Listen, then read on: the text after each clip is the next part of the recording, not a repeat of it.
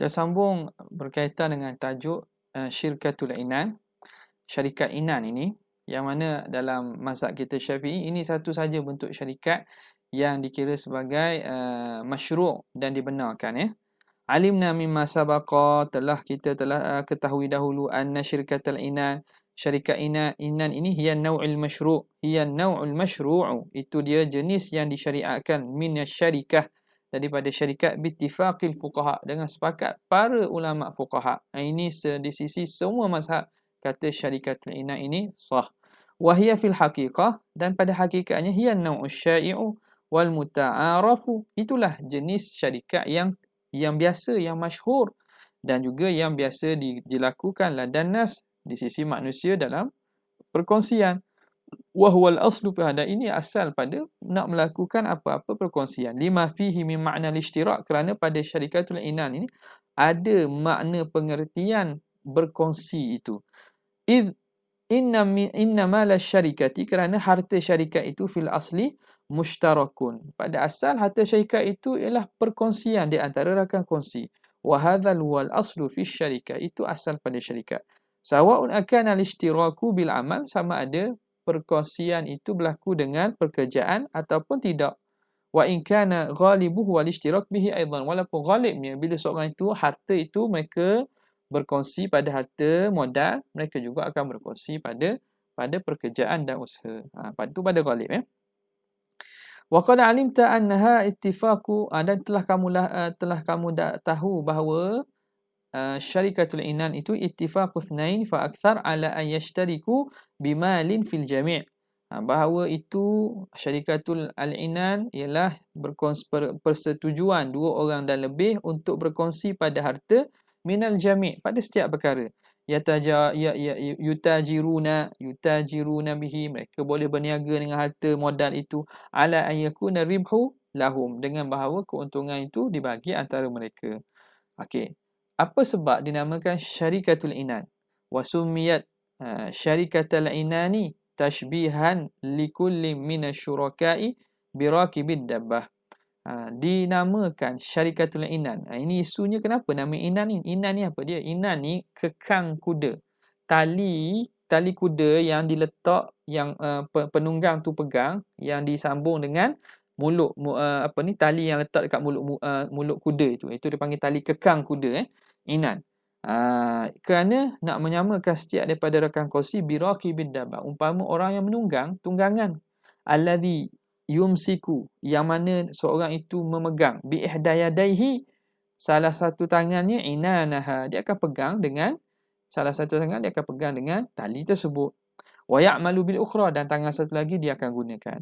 Jadi maksudnya orang yang pegang kedua-dua bahagian ya, maknanya satu tangan dia pegang, dan satu tangan lagi dia buat kerja. Wa dzalika anna kulla syarik, kerana setiap daripada rakan kongsi itu, ahli rakan kongsi, yaj'alu lil syuraka'i ghairahu amrat tasarruf, dia memberi kepada rakan kongsi selainnya itu amrat tasarruf, urusan untuk mereka berurus niaga, allazi yushbihul inan, seumpama dia menyerupai macam kita beri umpama tali kengkang tadi, fi ba'dhi malihi. Maknanya apabila seorang itu melakukan perkongsian, apa yang berlaku? Dia beri kebenaran orang lain untuk menggunakan harta yang mereka berkongsi itu. Bainama yastaqillu huwa bil amal fi ba'dhiha, dan dalam masa yang sama orang itu dia boleh juga berniaga dengan duit itu pada bahagiannya. Jadi itu secara umum hikmah lah ataupun tasmiyah. Kenapa dinamakan syarikat ini syarikatul Inan? Okey, yang tu pentingnya kurang sikit lah. Cuma kita dapat tahu daripada mana istilah itu datang ya. Yang ni penting ni, syarat-syarat dia. Yushtaratu li sihhati hadzal naw'i minasyarikah syurutun, disyaratkan untuk sah jenis syarikat ini beberapa syarat. Pertamanya as-sighah, mesti ada sighah, ada lafaz. Wahya lafzun sarihun min kullin minasyuraka'i lil akhari, iaitu lafaz yang sarih daripada setiap rakan kongsi kepada pihak yang rakan kongsi yang satu lagi. Yadullu 'ala al-idzni, yang menunjukkan atas keizinan fi tasarruf, pada untuk tasarruf, untuk menguruskan bil bai'i, dengan jual, syira', dengan beli, wa nahwihima, dan seumpamanya min muta'allaqati tijarah, daripada perkara yang berkait dengan tijarah. Wa yakfi fi dhalika ma yadullu ala hadzal ma'na wa yush'iru bihi, dan memadalah pada demikian itu apa yang menunjukkan makna ini, menunjukkan maksud itu dan memberi isyarat kepadanya. Mimma ta'arafahu at-tujaru, mimma ta'arafahu at-tujar, daripada perkara yang menjadi uruf kepada at-tujar, kepada apa nama ni, ahli-ahli perniagaan.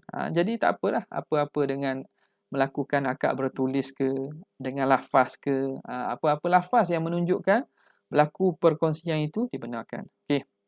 Wal asahu annahu la yakfi al-iktisaru ala qaulihim ishtarakna. Qaul yang asah tidak cukup. La yakfi al-iktisaru, tak cukup semata-mata mereka kata ishtarakna, kita kongsi lah. Kita kira berkongsi. Tak cukup. Kenapa? Lihtimali an yakuna hadha ikhbarun amma hasal. Kerana boleh jadi ini pemberitahuan apa yang telah berlaku. Sekadar nak cerita apa yang telah berlaku, perkongsian. Minasyirkati fil mal kasyirkatil amlak, berlaku nak cerita tentang adanya perkongsian pada harta, seumpama syarikatul amlak, milik harta. Kita ni berkongsi lah, contohnya berkongsi pada kereta ni. Bukan nak buat akad syarikat itu nak cerita bahawa berlaku perkongsian pada harta. Okay. Jadi itu sirah lah. Terus masuk pada syarat kedua, ahliyatul wakalah fi syuraka, kelayakan perwakilan pada rakan kongsi. Okey, rakan kongsi yang nak buat syarikat ni mesti orang yang layak untuk dia ahliyatul wakalah. Okey, sekarang ni kalau ikutnya ni kalau pelajar-pelajar sekalian akan baca kitab-kitab yang mungkin lebih mendalam atau lebih tinggi, dan kitab-kitab tradisional, kitab-kitab klasik, ini penting kita tahu istilah ahliyatul wakalah. Sebahagiannya mengatakan ahliyatul taukil wal wakalah. Ya, apa dia? Ini merujuk kepada syarat ayyakuna kullun minhuma aqilan balighan ghaira mahjurin alaihi at-tasarrufu fi malihi. Maksud ada kelayakan untuk mewakilkan ialah orang itu berakal dan baligh dan tidak terhalang untuk mengurus pada harta.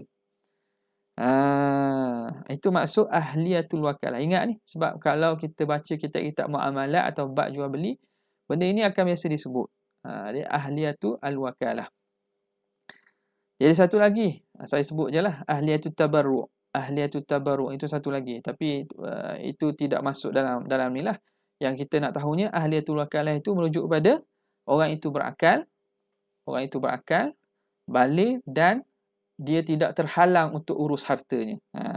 Li'anna kulla wahidin minasyuraka. Kenapa disyaratkan ada kelayakan ahliyatul wakalah? Kerana setiap daripada syuraka itu, rakan kongsi, yatasarrafu bimali syarikah, dia akan menguruskan harta syarikat. Asalatan fi malihi, secara asal pada hartanya. Kalau modal itu modal dia. Wa wakalatan ay bil idzni fi mali ghairi, dan secara perwakilan pada harta orang lain. Rakan kongsi dia beri kat harta. Kalau digunakan harta itu, ada bahagian kawan yang diguna, maka dia dianggap sebagai wakil dengan izin lah, bil idzni fi mali ghairihi fa kullu minhum wakilun wa muwakkil. Maka setiap daripada rakan kongsi sebenarnya dia itu wakil bagi pihak kawannya dan dia itu mewakilkan kawannya. Wakilun wa muwakkilun.